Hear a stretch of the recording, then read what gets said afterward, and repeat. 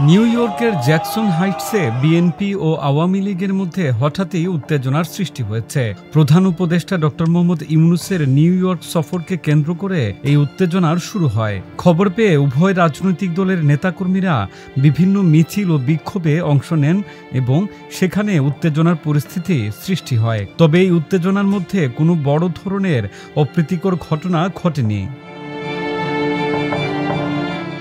জাতিসংঘের সাধারণ পরিষদের ৮০তম অধিবেশনে যোগদানের জন্য ঢাকা ছেড়েছেন ডক্টর মোহাম্মদ ইউনূস।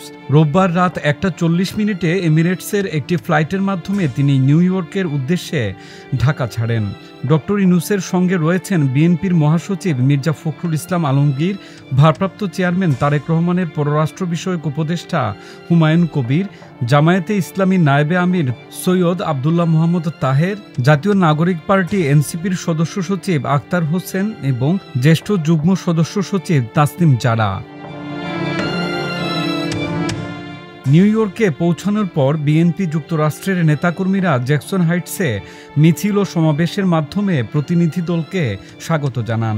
বিএনপি নেতারা জানিয়েছেন, কর্মসূচি শান্তিপূর্ণভাবে সম্পন্ন হয়েছে। স্থানীয় সময় সোমবার দুপুরে বিমানবন্দরে প্রতিনিধি দলকে অভ্যর্থনা জানানো হবে।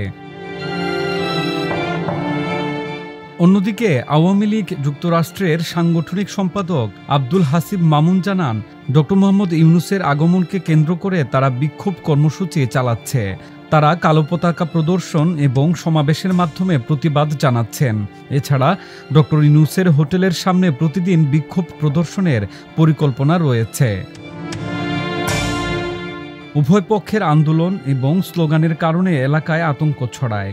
তবে সিনিয়র নেতাদের হস্তক্ষেপে বড় ধরনের সংঘর্ষ এড়ানো গেছে। স্থানীয় প্রত্যক্ষদর্শীরা জানিয়েছেন, রাতভর এলাকায় উত্তাপ বিরাজ করলেও পরিস্থিতি নিয়ন্ত্রণে রাখা গেছে।